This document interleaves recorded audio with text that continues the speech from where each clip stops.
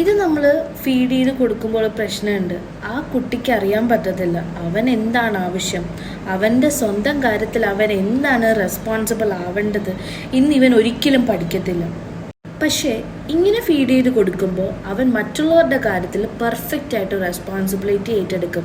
സിസ്റ്ററിൻ്റെ കാര്യത്തിലായാലും ബ്രദറിൻ്റെ കാര്യത്തിലായാലും പെർഫെക്റ്റ് ആയിട്ട് അവൻ റെസ്പോൺസിബിലിറ്റി ഏറ്റെടുത്ത് നോക്കുകയും എന്ത് കാര്യത്തിലായാലും, ഒരാളെ ഹെൽപ്പ് ചെയ്യുന്ന കാര്യത്തിലായാലും, ഒരാൾ പറയുന്ന അഡ്വൈസ് കേൾക്കാനായാലും, എന്ത് കാര്യമാണെങ്കിലും അവൻ ക്ലിയർ ആയിട്ട് ആ റെസ്പോൺസിബിലിറ്റി എടുക്കും. പക്ഷെ ഒരിക്കൽ പോലും അവനെ പറ്റിയിട്ട് ആലോചിക്കാനേ ചിന്തിക്കാനേ പോകത്തില്ല.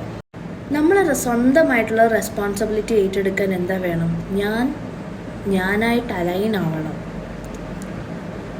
എനിക്ക് എന്നോട് ഇഷ്ടം വരണം.